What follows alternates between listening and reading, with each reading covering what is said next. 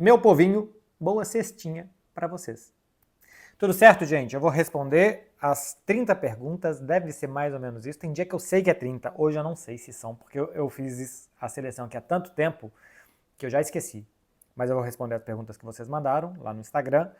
E vou começar com bastante futebol, vai ter algumas coisas meio aleatórias no meio, e no final vai ter bastante aleatoriedade, se é isso que vocês querem e gostam. Ah, vem aqui só pelo futebol. Todo o resto do conteúdo do canal é só futebol. Aqui tem umas barbaridades ainda. Ó, Last Drug. Pô, a ultiminha. Tá bom. Só a pontinha. Tá bom. Na sua opinião, quem vence o jogo de amanhã, Real ou Barça? Eu vou fazer um vídeo sobre o jogo, tá? Vou fazer uma prévia do jogo no sábado de manhã, vai sair, então vai ter mais detalhes lá. Futebolisticamente, eu acho que ganha o Barcelona. O Barcelona é mais time que o Real Madrid, o momento é melhor também. Individualmente, o Real Madrid tem bons jogadores, assim como o Barça tem. Né? Assim, tem muitos bons jogadores do Real Madrid, tem muitos bons jogadores do Barça. Coletivamente, a temporada do Barça é bem melhor que a do Real Madrid. Estatisticamente, não é normal ganhar 3 clássicos seguidos. E o Barcelona já ganhou 2. Então acho que isso pode pesar. Pô, mas a estatística meio nada a ver. É, mas essas coisas no final das contas são meio assim mesmo. Eu acho que é equilibrado, com favoritismo futebolístico ao Barcelona, mas o fato de ser um clássico, uma decisão, tudo isso pode equiparar um pouco mais as coisas e ser equilibrado. Assim como as goleadas me surpreenderam neste ano, mais uma goleada, para algum lado me surpreende. Uma vitória para um lado ou para o outro, não. No vídeo de amanhã eu falarei mais sobre. Vitor Carraro. Quando voltar o Bernal, vê ele roubando a titularidade do De Jong? Não. Por experiência do Frank De Jong, pelo que está rendendo, eu acho que é normal que o Marco Bernal entre no time de vez em quando, que vai aprendendo, ele entra numa situação de emergência e que, quem sabe, daqui a pouco ele possa, mas de cara, não. Como pode ser, por exemplo, Ter Stegen e Chesney, né, daqui a pouco. Não, acho que isso não vai acontecer, não. Coste Velucas, pensando em encaixe de jogo, qual seria a melhor possível final para o Barcelona? Falando de Champions, né? Encaixe de jogo Arsenal.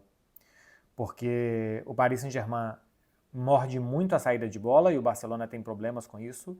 E o Paris Saint-Germain ataca de forma muito rápida, com a defesa alta do Barcelona, as entradas de segunda linha do Paris Saint-Germain e os timings de passe do PSG, que são muito bons, pode atrapalhar muito a defesa do Barça. O Arsenal joga um futebol que em alguns momentos também é lá e cá, mas em alguns momentos também é mais lento. O Arsenal vai melhor na pausa. Gosta mais de posses de bolas um pouco mais longas e tal, e acho que isso pode favorecer o Barcelona. Mas são dois adversários duríssimos. Final de Champions não tem como não ser duríssimo. Semifinal de Champions não tem como não ser duríssimo. Então, não é que um seja fácil e outro seja difícil. Os dois, caso o Barcelona esteja lá, seriam adversários muito complicados. É a mesma pergunta do Mato Marreiros. Mandou exatamente a mesma coisa. Ó, o Melky.Jung. E aí, MB, os moradores de Barcelona costumam passear onde na cidade? Essa é uma pergunta muito difícil. Sabe por quê? A maioria da população de Barcelona, entre 20 e 45 anos, é estrangeira. Isso é uma doideira. População mais ou menos da... Eu já estou quase no limite disso, né? De 20 a 45, eu tenho 38. Não é daqui. E a população que é de Barcelona não costuma morar nos bairros do centro, que é onde eu moro. Eu moro perto do Arco do Triunfo. Eu, por exemplo, gosto de passear no Borne e tal. A maioria da população de Barcelona mora mais afastado. Mora no bairro de Horta, de Clote, Sagrera, Les Corts, que são bairros mais residenciais e não essa doideira que é o centro da cidade.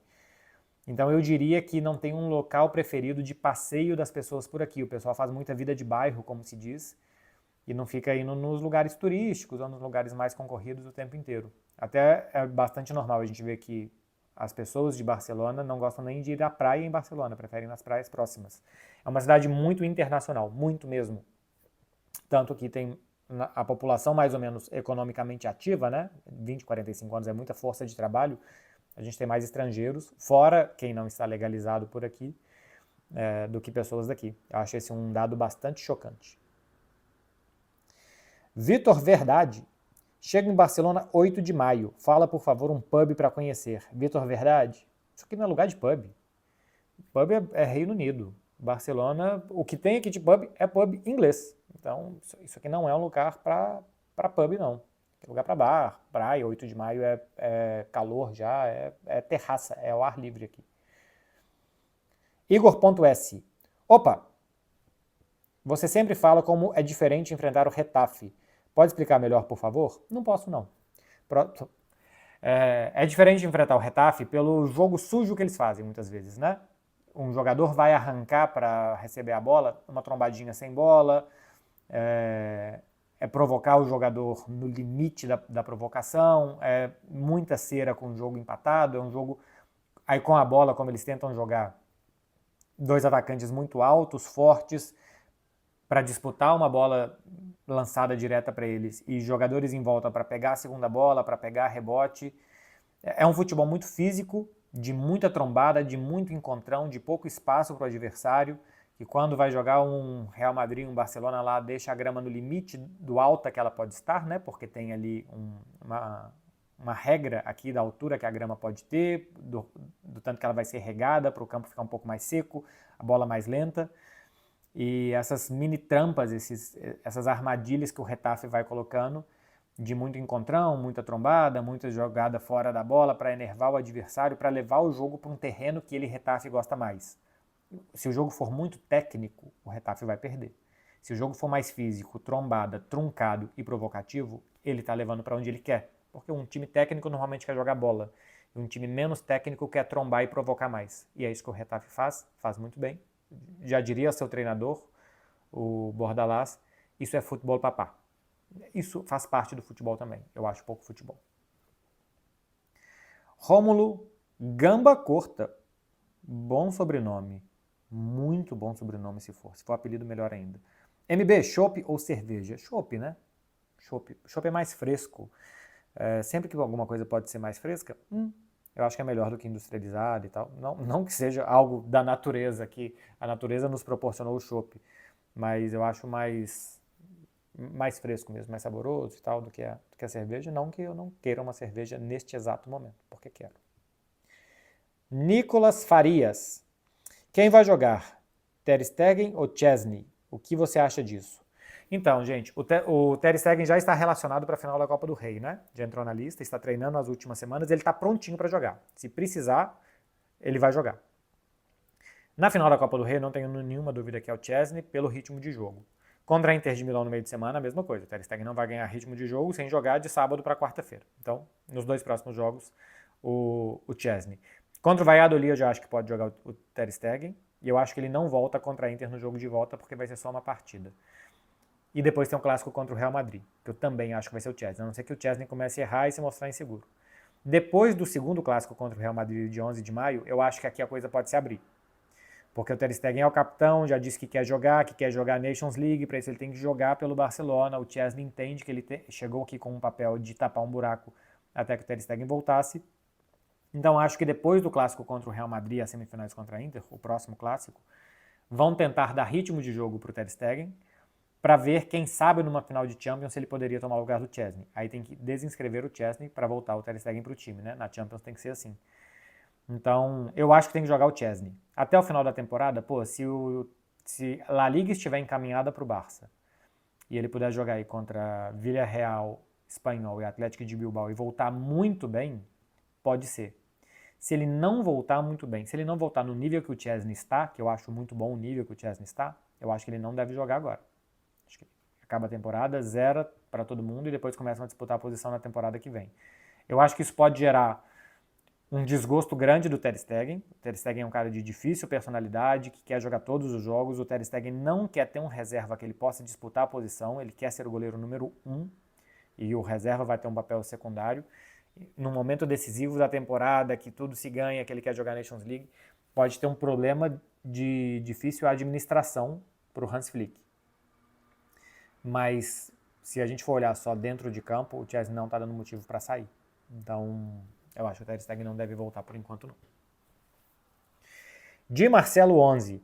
O que é possível adaptar para o Barça desse jogo do Milan? Tá falando do Milan-Inter, né? Nada, cara, nada. Não tem muita coisa em comum do que o Milan queria fazer dentro de campo com o que o Barcelona vai querer fazer dentro de campo. O Milan jogou com 3 zagueiros, jogou com Pulisic, Rafael Leão e Jovic na frente. O Barcelona não tem um atacante sem o Lewandowski com a característica do Jovic, o Ferran não faz isso. O Barcelona vai ter muito mais a bola, o Barcelona vai... ocupar muito mais o campo de ataque do que o Milan fez. Não tem muito paralelo para se fazer, não. E outra coisa, o Milan venceu por 3-0 sem ser um super jogo do Milan. É porque a Inter não esteve bem. Os primeiros 30 minutos a Inter é bem melhor do que o Milan, tem 2 ou 3 chances, tem bola na trave do Di Marco, tem uma boa do Lautaro, tem uma que o Darmian chuta para fora. O Milan praticamente na primeira consegue marcar e depois faz um gol de escanteio no segundo tempo. A Inter baixa os braços. Eu achei a Inter física e mentalmente muito cansada, tanto que ela se perde mentalmente, né? Assim, depois do 2-0 ela quase que sai do jogo. E aí o Milan consegue uma vitória tranquila e depois fazendo o terceiro gol. Então eu acho que não tem nada a ver e não é o caminho jogar como o Milan jogou. Se o Milan faz esse tipo de jogo contra a Inter várias vezes, podia cair para qualquer lado, tá? Porque os 30 primeiros minutos, enquanto estava 0-0, a Inter foi bem melhor. Eu achei circunstancial. O que eu acho que é bom deste jogo para o Barcelona é o fato da Inter chegar machucada. E não que o Milan mostrou os caminhos de como fazer 3 gols nessa Inter. Eu acho que não é isso. Para mim, o positivo é, pensando do lado do Barcelona, o cansaço mental da Inter e a falta de confiança que eles podem chegar depois desse resultado. Júlio Cacheta. O que aconteceu com o Girona para ter uma queda de rendimento tão acentuada? Perdeu muitos jogadores, né? Perdeu o Savinho, o Drobik, era Drobik que chamava o atacante ucraniano que foi para Roma? Alguma coisa assim. O artilheiro do último campeonato espanhol. Perdeu o Ian Couto, perdeu o Eric Garcia, perdeu o Alex Garcia, perdeu meio time e os melhores jogadores, né? Os melhores jogadores saíram. O Miguel Gutierrez, lateral esquerdo, ficou, eu gosto bastante dele também. Então isso é um problema. Não é um clube com muita receita e a saída do Ian Couto e do Savinho nem gerou receita ao Girona, porque eles pertenciam ao Manchester City, estavam emprestados e tal, então nem grana ganhou com esses caras. E é um clube, o Girona, pequeno mesmo. O Girona entra nos campeonatos para se manter na primeira divisão. Então perdeu muitos jogadores, estava envolvido em outra competição, tendo que rodar elenco, teve muitas lesões, isso fez com que o rendimento do campeonato espanhol no início não fosse bom. E agora já é um problema mental, um bloqueio dos jogadores. Ontem jogou contra o Leganés, estava jogando com um jogador a mais, vencendo por 1-0, permitiu o empate. Acho que o Girona é sério candidato a rebaixamento aqui na Espanha nessas 5 rodadas finais. O time está de muito cabeça baixa, muito. Não sei se vai conseguir reagir e fazer aí mais uns, sei lá, 5, 6 pontos para se salvar. Mas é a realidade, né? O Girona está só pela 5ª vez disputando a primeira divisão do Campeonato Espanhol. Tinha jogado 2 vezes, caiu e agora está na 3ª vez consecutiva. Então são só 5 anos de primeira divisão. É um clube pequeno mesmo, modesto, que na temporada passada tudo se encaixou muito bem para chegar à Liga dos Campeões. E aí perdeu mais do que meio time. Fica bem difícil de voltar a competir num curto espaço de tempo. Milton Júnior. MB, Chesco não seria um bom substituto para o Leva? Apenas 21 anos, ótimos números. Pô, eu já falo do Chesco aqui desde o início da temporada passada. Que o Leipzig estava na Liga dos Campeões e eu já falava que é um atacante esloveno, que eu gosto bastante. Gosto sim muito dele, acho que tinha jogado na Áustria, tinha feito muitos gols antes de chegar no Leipzig. Acho que é um bom fazedor de gols, uma boa referência. O Leipzig joga de uma forma diferente do Barcelona, né? Porque o Leipzig joga muito de transições, o Barcelona joga mais com a bola no pé, então tem alguma coisa de estilo de jogo, de característica diferente do Lewandowski. Mas eu também gosto bastante. Não sei se é o suficiente para o Barça, para ser titular. Mas acho que seria um bom reserva para o Lewandowski. Eu estou muito incomodado com isso aqui, tá mais alto que eu queria. Acho que agora está melhor. Mas acho que assim, um bom reserva, um bom jogador de situações. Tem muito isso de que jogador, às vezes, na Alemanha faz muito gol, sai da Alemanha nem tanto, né? O Jovic foi assim. Kolomuani também foi assim, depois que foi para a Juventus, depois que foi para Paris Saint-Germain. Então, às vezes, o futebol alemão, pelo estilo de jogo de muito laicar, não é um jogo de defesas, é a maior média de gols dos principais campeonatos europeus, faz com que os atacantes inflem muito os números e depois, quando eles vão para um outro contexto, eles funcionem menos. Mas eu gosto do Chesco, sim. Vitor Winter. 2 dias em Barcelona, primeira semana de junho. O que fazer por aí? Começa um passeio no Arco do Triunfo, desce a esplanada do Arco do Triunfo, faz Parque da Ciutadela, faz o bairro do Borne, faz o bairro Gótico, aí você vai chegar em Las Ramblas. Não precisa. Pega um metrô, linha vermelha, vai até a Praça Espanha, sobe Montjuïc, faz ali Fonte Mágica de Montjuïc, Castelo, Estádio Olímpico, Teatro Greco. Tá ganho o primeiro dia.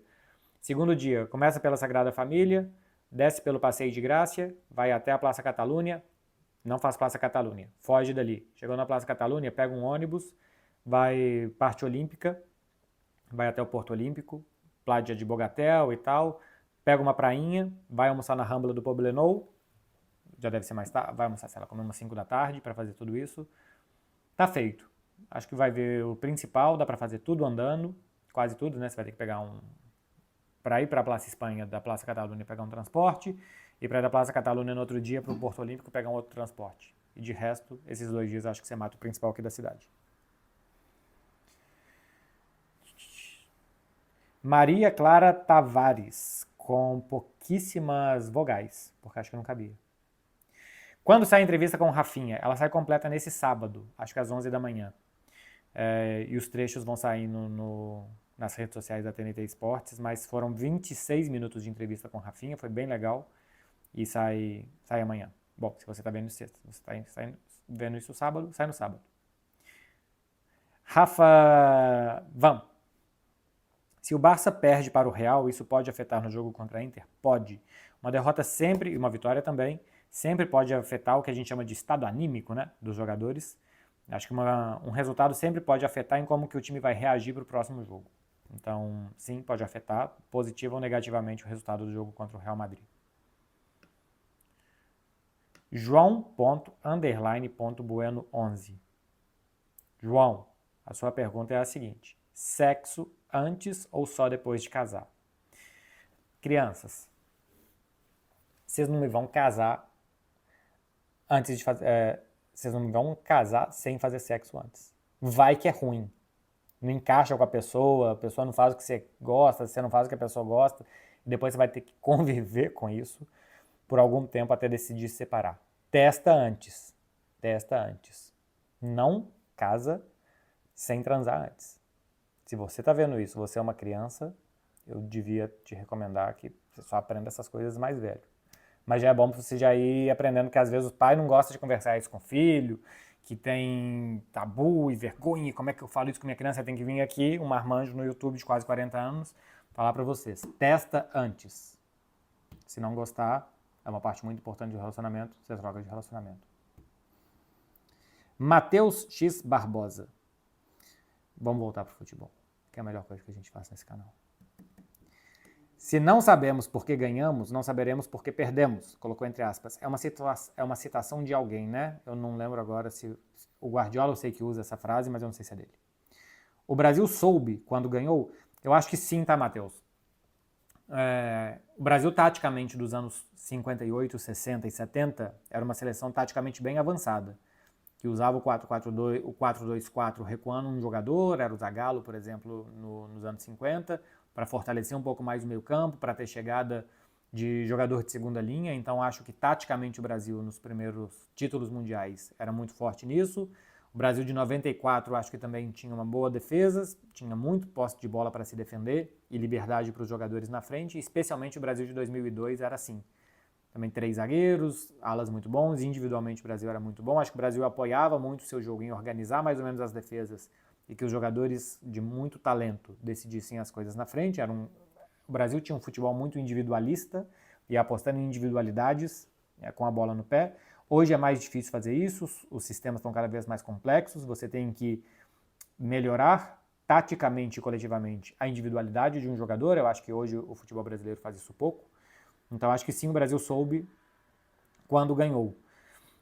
Ou pelo menos deu certo o que ele achava quando ganhou, e às vezes pode ter sabido mais do que não ter ganhado, né? 82, por exemplo, talvez o Tele soubesse muito melhor o que estava fazendo. Você saber o que está fazendo não te garante que vai ganhar. Te garante que você está no caminho correto para ganhar. E hoje eu acho que a gente tem mais esse problema, tá? Eu acho que nas últimas décadas o futebol brasileiro, com a evolução de todo o resto do futebol, a gente teve dificuldade para falar, beleza, o que a gente faz com os talentos que aparecem aqui? Como que a gente potencializa e ganha com eles? Acho muitas vezes que falta coragem de ter um futebol muito ofensivo e de jogar no ataque. E jogar no ataque é jogar com e sem a bola. Marcar lá em cima, morder, marcação muito alta, pressão, recuperar a bola, atacar com mais jogadores. Eu acho que a gente faz isso pouco. Então, talvez hoje a gente não saiba, mas eu acho que no passado a gente sabia. BFR Nóbrega. Fala MN. Deve ser mano. Quais são os 3 maiores pensadores de futebol, na sua humilde opinião? Quem diz que minha opinião é humilde? Eu sou arrogante pra caramba. Ó, caramba, eu tinha pegado essa pergunta, eu ia dar uma estudada nela, não fiz, porque eu fiz isso muito mais cedo. Guardiola, Cruyff, e tem o cara do Servette da Suíça, que montou o esquema que hoje a gente chama de Catenaccio, né? O nome Catenaccio, se eu não estou enganado, vem depois quando isso foi adaptado para o futebol italiano, e catenaccio é das cadeias que eram feitas. Basicamente é muitas coberturas, né? Assim, se rompe um elo, vem outro para consertar aquele elo e tal, e fazendo coberturas e sistemas defensivos muito sólidos. Então, dois técnicos mais ofensivos e um bem defensivo do catenaccio, que eu acho que são grandes pensadores e que ajudaram a influenciar muito o jogo, dois com sistemas de ataque, outro com sistemas de defesa, e que até hoje repercutem bastante. Não lembro o nome do técnico do Servette da Suíça que fez isso, mas vocês procurem aí. Técnico, Servette, Suíça, Catenaccio, que vai aparecer. Eu poderia fazer isso agora, mas não vou. Como é que é? Rob Fonseca X. Pedri assumiu a função tática do Busquets? Bom dia, MB. Bom dia, Rob Fonseca X. Não assumiu a função tática do Busquets. Tem algumas coisas que sim. Especialmente distribuir jogo para a direita ou para a esquerda, ver qual é o melhor momento de atacar, quando parar a bola e girar para o outro lado, ou parar a bola e continuar atacando por aquele lado. O Pedri não desce para receber bolas entre zagueiros. Chegou correspondência, se vocês não sabem, já vou. Chegou minha mochila. Vocês não têm nada a ver com isso. Tava falando do Pedri. O Pedri, diferentemente do Busquets, ele não desce para receber entre zagueiros, para fazer saída de bola. O Barcelona desce primeiro o primeiro volante, o Frenkie de Jong no caso. O Pedri costuma esperar um segundo passe, uma segunda bola. Algumas vezes o Barça desce com dois, é para atrair. Aí sim ele desce mais perto dos zagueiros, mas não é o normal. O Pedri tem muito mais chegada à frente do que o Busquets tinha, de fazer o último passe, de estar mais perto. Algumas vezes sim tem um lançamento quase que de futebol americano, né? De como que chama o passador, quarterback, porque ele tem feito muitas coisas no meio campo, então alguma similaridade tem, mas não muita. Ele não comanda a pressão na frente, o Busquets fazia isso muitas vezes, colocava os jogadores de lado em cima dos laterais, o Messi um zagueiro mais lento e o Busquets subia em algum outro zagueiro para deixar meio-campistas mais fortes fisicamente em outros meio-campistas, então tem muito mais diferenças do que similaridades entre Pedri e Busquets. A maior similaridade talvez seja a leitura de jogo. Todas as outras dinâmicas de um meio-campista, ou quase todas, são bem diferentes. Santos 1103. Por que hoje existem mais jogadores adolescentes e mais jogadores veteranos do que antes? Os veteranos são porque se melhora o preparo físico, o trabalho de fisiologia, de prevenção de lesões, de tratamento de lesões também, nutrição, enfim, toda a parte extra-campo de um jogador, então os caras conseguem durar mais tempo do que antigamente. Isso é fácil. Adolescentes eu não sei se é uma sensação ou se existem mais adolescentes, mas assim, vamos partir do princípio que tem, aí eu vou dar um palpite simplesmente. Eu acho que quando se percebe um talento hoje, talvez se consiga trabalhar ele melhor e mais rápido do que antes, que ele tinha quase que naturalmente despontar. Hoje, quando você percebe um jogador de 11, 12, 13 anos que já é muito bom, você já começa a fazer trabalhos com ele para o quanto antes ele virar profissional. Isso eu já vi gente do meio me falando, assim, começa a fazer trabalho de fisioterapia preventiva, de ter um analista tático e um scout para trabalhar com ele taticamente, treinamentos específicos, desenvolvimento físico, prevenção de lesões, tudo isso. Então, talvez tenha mais jovens, eu não tenho certeza, que tem mais velhos, isso sim, e os mais jovens talvez seja por isso daqui. Antes o cara tinha que brotar, desabrochar. Hoje você consegue tratar melhor essa plantinha, chamada jogador de futebol, para que ela desabroche mais rápido. É só sensação, tá? Alex, Zac2. Fala, MB, para o Endrick seria melhor o Ancelotti continuar no Real ou a chegada de um novo técnico? Eu não sei se vai mudar muito com o Ancelotti ou com o novo técnico. O problema para mim não é o técnico, mas são os outros jogadores. O Endrick disputa posição em um ataque com 3 jogadores que tem Rodrigo, Vinícius e Mbappé. É muito difícil.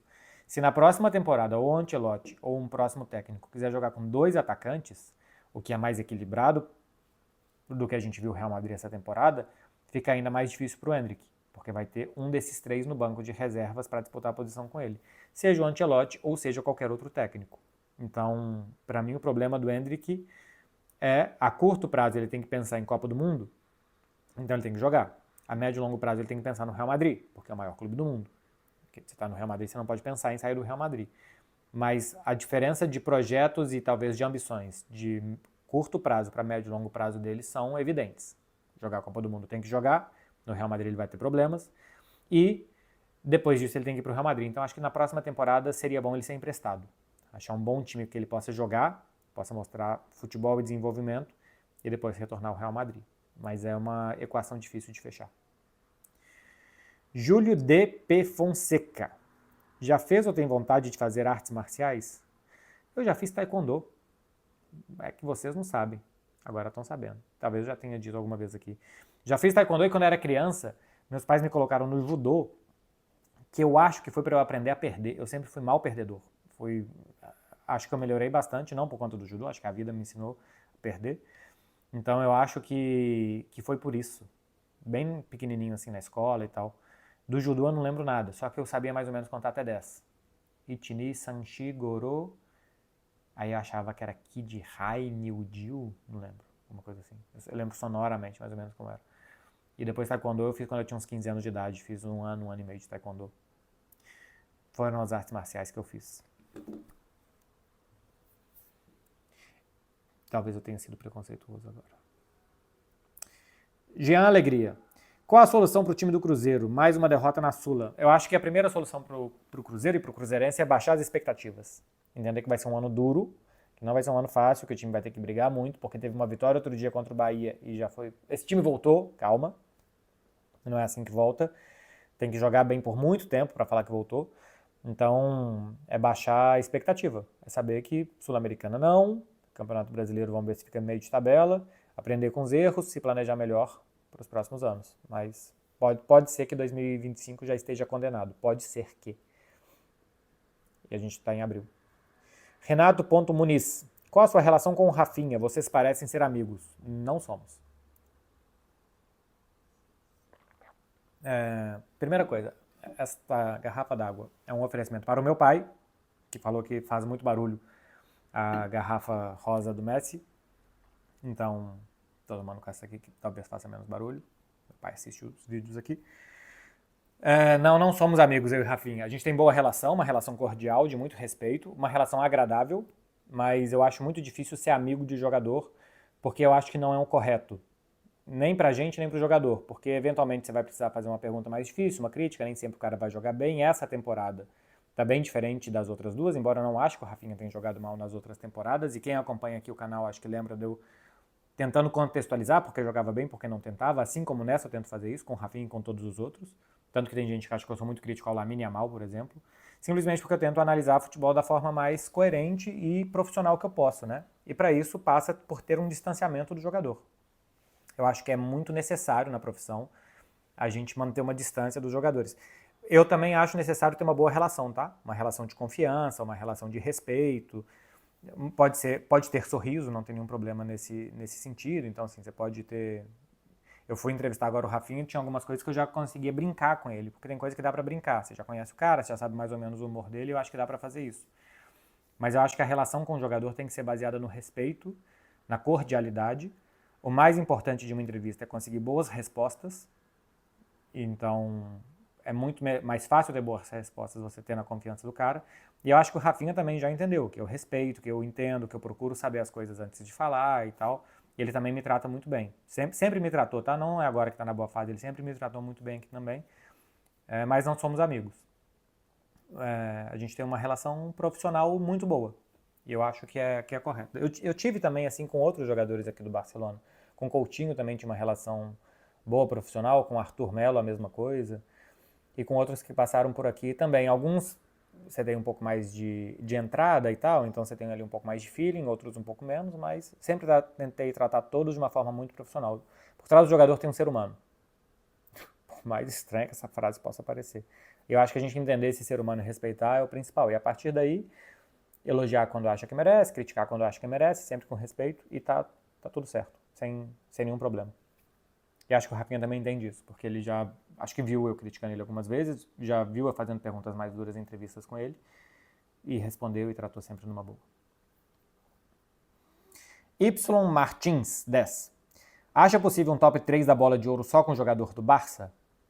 Tem duas coisas aqui que eu não gosto. Uma é top, eu normalmente não gosto dos tops, e outra é ficar imaginando bola de ouro. Mas Y Martins 10, eu acho que você despertou uma coisa dentro de mim. Na verdade, eu já tinha pensado nisso antes e agora eu vou falar em voz alta. Lá vai. 2 pontos, travessão. Acho sim possível, tá? Se o Barcelona for ganhando as coisas, né? Se o Barcelona ganhar lá a Liga e Champions, ainda que não ganhe a Copa do Rei amanhã, mas talvez com a Liga e Champions, se ganhar, eu acho que pode ser possível. Pelo que o time jogou na temporada, se ganhar os 2 títulos mais importantes e pelo nível de atuação individual que a gente está vendo dos jogadores. Rafinha, Lamine e Pedri, por exemplo, e olha que o Lewandowski tem 40 gols. Então, caso o Barcelona ganhe os principais títulos da temporada, caso ele vá muito bem, eu acho que sim, é possível. Primeiro tem que ganhar, primeiro tem que jogar, tem que saber, caso ganhe, como vai ganhar, né? Vai que o Barcelona ganhe os títulos 1-0 com gol do Inigo Martínez de cabeça. Muda muito. Ou ganha a final contra o Paris Saint-Germain, 4-3, com um gol do Ferran, um gol do Firmino, um gol do Gavi, um gol do Condé. E os 3 gols do Paris Saint-Germain são do Dembélé, que ainda faz os gols agora na Copa da França. Sabe, essas coisas podem mudar as coisas. Mas caso o Barcelona ganhe Liga e Champions, eu acho que sim pode ter. 3 do Barça no pódio. Vamos ver, né? São 100 votantes. Um cara pode tirar voto do outro e nunca se sabe, mas eu acho que pode acontecer.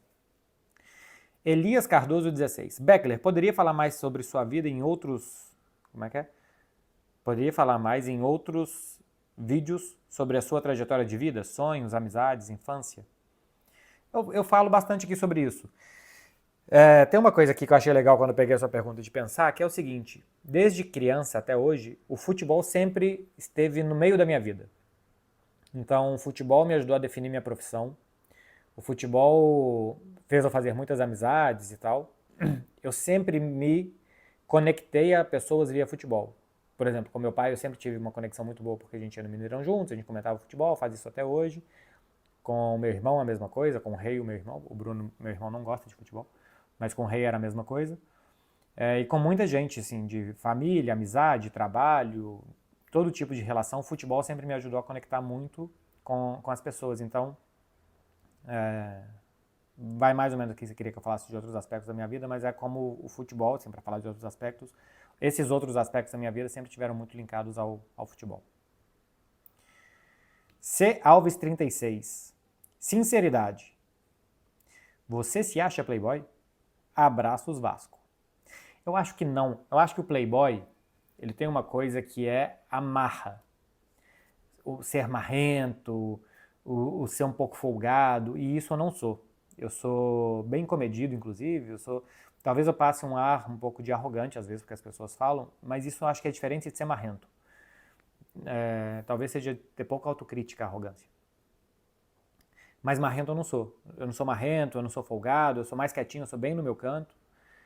Então eu acho que eu não sou playboy, não. Outra coisa é, por exemplo, a playboy não tem dificuldades econômicas. Isso realmente hoje eu não tenho. Uma forma de se vestir, talvez seja me vista já de uma forma um pouco melhor do que antes. Então não me acho playboy pela ausência de marra. Agora, conforto, vestir mais ou menos bem e tal, isso eu tento fazer, mas isso eu acho que não define um playboy. Acho que o que define um playboy é a marra e eu não acho que eu tenho. Então acho que eu não sou. Eu acho que tá na última pergunta? Tá. Hoje foi bem mais curtinho, hein? Tô com pressa. Ismaik 897. Caramba, que difícil o nome. Qual é o seu estilo de roupa que você costuma usar? Pô, acho que vocês veem bastante. Pô, porque eu postei a foto, deixa eu ver se eu acho ela aqui, pra quem não viu a pergunta lá na caixinha no Instagram. Deixa eu ver se eu acho essa foto aqui. Porque nunca vi vocês comentarem tanto sobre uma foto, uma roupa, igual sobre essa. Deixa eu ver se eu vou achar em algum lugar dessa galeria. Tem cada foto aqui, meu Deus do céu. É até perigoso guardar. Ó, essa foto daqui, ó. É isso daqui.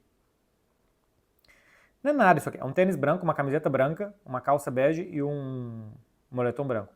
Você sabe por que eu estou usando isso? Eu fui no aniversário de criança, aqui, uma criancinha de 4 anos, e que adora a Elsa. Frozen. O negócio é Frozen. E eu tinha encontrado ela uma semana antes, ela falou que ia ter aniversário, vai no meu aniversário e tal, ela falou que ia de Frozen, e eu falei, então eu vou de quê? Ela falou, vai de Olaf. E eu não sabia que era um boneco de neve. Eu tentei o máximo de branco que eu pude. Então eu me vesti todo de branco, eu não tinha uma calça branca, então eu coloquei a calça mais clara que eu tinha pra fazer, porque eu adoro essa criança, ela tem 4 anos. Então foi isso. Mas é basicamente, o básico não comete erros. Tênis branco, uma camiseta branca, uma calça jeans, dificilmente você vai errar.